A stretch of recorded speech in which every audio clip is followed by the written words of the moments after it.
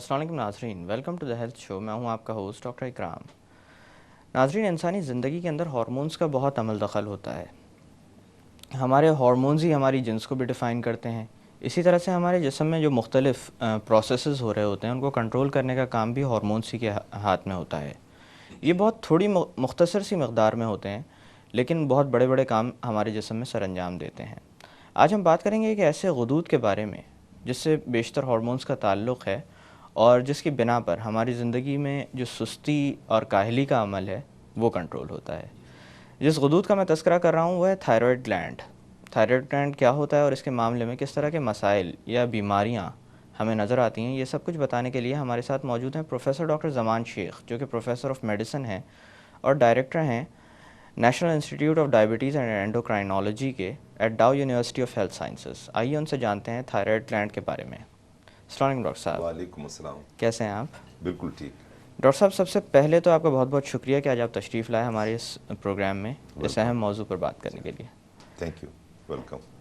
Doctor साहब, thyroid gland होता क्या है और इंसानी जिस्म में कहाँ वाक़ होता है? थायराइड गदूद जो है वो गले में होता है और गले के बाहर होता है। कुछ गदूद गले के अंदर होते हैं जो थ्रोट ईएनटी से ताल्लुक़ रखते हैं, जी जैसे टॉन्सिल्स हैं और भी छोटे मोटे गदूद होते हैं, वो गले के अंदर होते हैं जी जिनकी इन्फ्लेमेशन की वजह से खाने पीने में तकलीफ़ होती है या सोर थ्रोट होता है। जी ये उसका ऐसे कोई ताल्लुक़ नहीं है, ये गले के बाहर होता है। और ये इंग्लिश अगर लेटर ABCD करें तो H की शक्ल का होता है, यानी दो उसके वर्टिकल आर्म्स होते हैं और लिंक होता है बीच में जो दोनों को मिलाता मिला है। रहा होता है। तो एक यहाँ होता है लोब, एक यहाँ होता है, बीच में एक ब्रिज होती है। जी तो ये गले के बाहर होता है। तो जब ये बढ़ता है किसी बीमारी की वजह से तो पीछे नहीं बढ़ सकता, क्योंकि पीछे जो ग़िज़ा की नाली है और उससे आगे ट्रेकिया है जो हवा की नाली है। हवा की नाली को कुदरत ने पेटेंट रखने के लिए, खुला रखने के लिए उसमें अंगूठी की तरह एक हड्डियाँ डाल दी हैं जिसको कार्टिलेज कहते हैं। जी अगर ये ना हो तो वो कोलेप्स हो जाए और सांस लेने में तकलीफ हो। तो जी कुदरती तौर पे ये अंगूठी की तरह जो हड्डी होती है उसकी वजह से थायराइड का दूध पीछे जा ही नहीं सकता और आगे की तरफ बढ़ता है। जब भी फैलता है तो यानी एक गर्दन में सामने की तरफ सामने की तरह सांस की उभर नाली से आता भी है, आगे। बिल्कुल, जिसको गलहड़ या ग्वाइटर कहते हैं इंग्लिश में। जी अगर किसी वजह से ये स्टर्नम हड्डी के पीछे हो और वहाँ से बढ़ना शुरू हो, उसके बाद कहीं जाके वो ट्रेकिया को प्रेस करेगा, जो रेयर सिचुएशन है उसमें फिर सांस भी यानी इन्वॉल्व होती है, तकलीफ से आती है।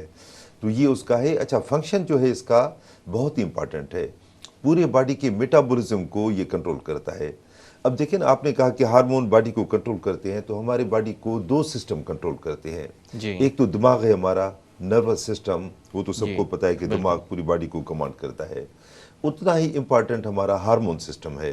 अब दिमाग तो फिक्स है, दिमाग और जो रीढ़ की हड्डी के स्पाइनल कार्ड अंदर होता है उसके, वो पूरा लिंक होता है, पूरा सिस्टम है, फिर रगें निकलती हैं, जिस्म में जाती हैं। तो ये तो हर एक को पता है कि दिमाग जिस्म को कंट्रोल करता है।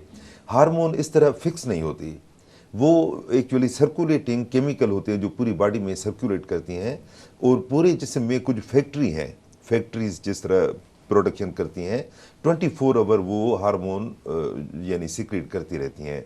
पूरी बॉडी में कई तरह के जो हैं वो ग्लैंड हैं जिसको हम कहते हैं एंडोक्राइन ग्लैंड्स। और हमारे इंस्टीट्यूट का जिक्र किया आपने, national institute of diabetes and endocrinology. तो एंडोक्राइनोलॉजी का मकसद यही है कि हार्मोन के डिजीज़ का, बीमारी का मरकज़, और डायबिटीज़ भी एक हार्मोन डिजीज़ है। जी तो नंबर 1 पूरी दुनिया में including Pakistan diabetes hormone disease है। नंबर 2 पे पूरी दुनिया में पाकिस्तान समेत थायराइड का मर्ज है। मसला। और इतनी ये कॉमन है कि अब हम सोच रहे हैं, बल्कि हमने कंफर्म ये इंशाल्लाह प्लान बनाया है कि एक थायराइड परमानेंट क्लिनिक हम अपने इंस्टीट्यूट में खोल रहे हैं जहां थायराइड का A to Z इलाज होगा। जैसे डायबिटीज़ के जैसे सेंटर्स होते हैं डायबिटीज़ उसी का तरह A to से। Z होता है, यानी इनिशियल हिस्ट्री से लेके लेज़र थेरापी तक, जी A to Z। और मैं ये दावे से कह सकता हूँ कि पूरी कराची में सस्ता इलाज हमारे सेंटर में होता है, इस क्वालिटी का। जी तो हमें आपके तवस्सुत से मरीज़ों को कहूँगा कि हमारे इंस्टीट्यूट में आए, डायबिटीज़ के मरीज़ और थायराइड के और सारे जो हार्मोन के अमराज है वहाँ का बहुत ही अर्जा कीमत पे A to Z इलाज होता है। सारी टेस्ट अवेलेबल है हमारे पास और उसके अलावा सारे ट्रीटमेंट जो वो भी अवेलेबल हैं। डॉक्टर साहब, थायराइड का मसला आपने बताया डायबिटीज़ के बाद सबसे ज़्यादा नज़र आने वाला मर्ज़ है। तो अमराज की मुख्तलिफ़ अक़साम भी होती हैं। जी, थायराइड के सिलसिले में किस तरह की बीमारियां नज़र आती हैं? थायराइड को हम दो हिस्सों में डिवाइड कर सकते हैं ब्रॉड।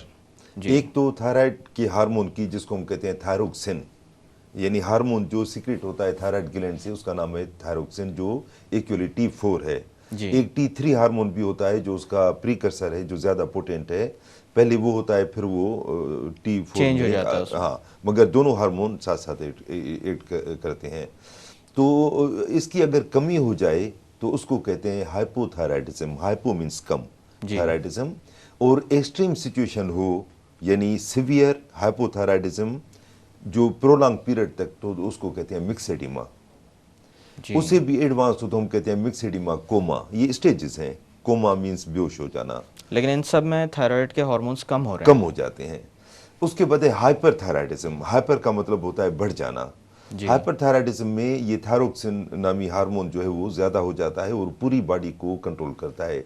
अब हमारी जहनी नशोनुमा, जिस्मानी नशोनुमा और किसी हद तक जिनसी नशोनुमा, ये डिपेंड करती है थायरोक्सिन पे। सपोज प्यूबर्टी, प्यूबर्टी का मतलब वो है कि लड़का मर्द में तब्दील होता है, जिस जी। उम्र में लड़की औरत में तब्दील होती है, उसको कहते हैं प्यूबर्टी का जो उम्र है। प्रोसेस है। जी। अगर सपोज प्यूबर्टी किसी की उम्र आ गई और थायराइड हार्मोन कम है, बाकी सेक्स हार्मोन नॉर्मल है, तो भी प्यूबर्टी नहीं होगी मुकम्मल। जी। पीरियड्स स्टार्ट नहीं होंगे लड़की के, या डिस्टर्ब होंगे। कहने का मकसद ये कि वहाँ भी थायरोक्सिन की इतनी इंपॉर्टेंस है। कद बढ़ने का भी इसमें, हालांकि कद जो है वो बेसिक हार्मोन, ग्रोथ हार्मोन है हमारी बॉडी का, जो पिट्यूटरी ग्लैंड से सीक्रेट होता है। मगर किसी लड़के का या लड़की का, सपोज 10 साल का कोई बच्चा या बच्ची है, उसका ग्रोथ हार्मोन सही है, थायरोक्सिन सही नहीं है, तो उसका कद नहीं बढ़ेगा, उसकी जहनी नशोनुमा नहीं होगी। जी। और बच्चों में हम कहते हैं ये मेडिकल इमरजेंसी है, क्योंकि बच्चों की 10 साल तक दिमाग मेच्योर होता रहता है।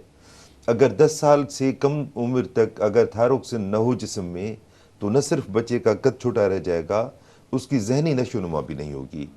अब उसकी स्कूल की रिपोर्ट ख़राब आना शुरू होगी। उसका जी। टीचर समझेगा कि ये डल डफर है और ये पढ़ाई में इंटरेस्ट नहीं लेता। बच्चे, वालिदैन ये सोचेंगे कि हमारा ये बच्चा शायद जहनी तौर पे कुंद है, ये कुंद सब कुछ जहन है, कमी की बिना पर हो मगर रहा ये एक्चुअली हो सकता है कि थायरोक्सिन की कमी की वजह से हो। तो ऐसे बच्चों का अगर थोड़ा सा भी शक है, तो बेहतर है किसी अपना या है। किसी डॉक्टर को या एंडोक्राइनोलॉजिस्ट। एंडोक्राइनोलॉजिस्ट को दिखाएं। और बड़े सिंपल टेस्ट हैं, serum T3, T4, TSH, free T4, बड़े सस्ते टेस्ट हैं और अच्छी सी लेबॉर्ट्री से करानी चाहिए। मैं जोर दे के कहूँगा कि हार्मोन की टेस्ट हर लेबॉर्ट्री सही नहीं कर सकती, तो जी। अच्छी सी कोई ऑथेंटिक लेबॉर्ट्री से टेस्ट कराएं। चंद 100 रुपए का टेस्ट है, कंफर्म हो जाता है कि इसको हाइपोथायराइड है, नॉर्मल है या हाइपरथायराइड है। डॉक्टर साहब, ये तो तमाम तरह आपने मसाइल बताए कि जब थायराइड की हार्मोन्स में कमी वाक़ई होती है तो ये सामने आते हैं। इसी तरह से अगर हार्मोन्स बढ़ जाते हैं, जैसे आपने बताया हाइपरथायराइडिज्म जी में हाँ, थायराइड की एक्टिविटी बढ़ जाती है, तब क्या सिचुएशन सामने आती है? देखिए उसमें उसका उलट होता है। अब हाइपो मीन्स हाइपोथायराइड में जहनी तौर पे आदमी सुस्त हो जाता है, इनिशिएटिव नहीं ले सकता, थका थका रहता है, जिस्म फूलता रहता है। यानी अगर एपिटाइट कम भी हो, खाना कम खाएगा मगर वज़न बढ़ेगा उसका। जी। स्किन खुश्क हो जाती है, बाल गिरना शुरू हो जाते हैं, आवाज़ भारी हो जाती है, पल्स नब्ज सुस्त हो जाती है, मसल वीकनेस हो जाती है। ये चंद अलामत हैं हाइपोथायराइड की। और आवाज़ चेंज हो जाती है। और ये हम कहते हैं कि ये वाहिद बीमारी है दुनिया में जो टेलीफोन पे भी डायग्नोस हो सकती है। क्यों, टेलीफोन किसी ने मरीज़ ने किया, उसकी आवाज़ जो है क्रो की हो जाती है, करख्त, और जी। टेलीफोन पे पता चल जाता है कि इसको हाइपोथायराइड है। अच्छा, इसमें उलट हो जाता है कि जैसे किसी खिलौने को चाबी दे दी और वो तेज़ तेज़ चलने लगा, इस तरह होता है। हाइपर बिल्कुल में। हाइपर में आदमी बेचैन रहता है। जैसे मैं और आप अभी स्टिल बैठे हैं सुकून से, इस तरह वो बैठ नहीं सकता। वो जी। मूवमेंट करता रहेगा, बेचैन रहेगा, उसके पसीने छूटते हैं, उसको गर्मी महसूस होती है। हाइपोथायराइड में ठंडक उसको महसूस होती है दूसरों की निस्बत, इसमें ये अंदर गर्मी महसूस करता है। जी। अच्छा, और दूसरी बात है कि पल्स रेट उसका बढ़ जाता है, उसको पेल्पिटेशन होती है, यानी जो दिल धड़कता है, वैसे भी 24 घंटे दिल धड़कता है, हमें पता नहीं चलता। जी। इस मरीज को पता चलेगा कि उसके कानों में धड़कने की आवाज़ आएगी, उसको हम कहते हैं पेल्पिटेशन, वो महसूस होगी। हाथ कांपने लगते हैं।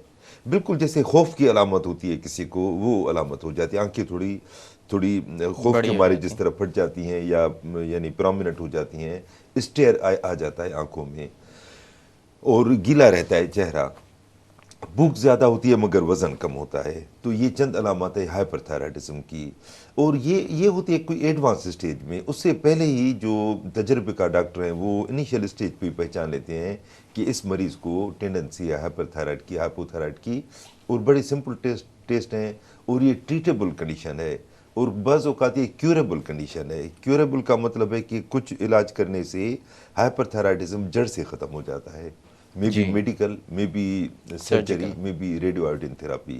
तो जितनी जल्दी डायग्नोस होगी, जितना जल्दी सही इलाज स्टार्ट होगा, उसका क्योर भी मुमकिन है, यानी जड़ से ख़त्म हो जाएगा।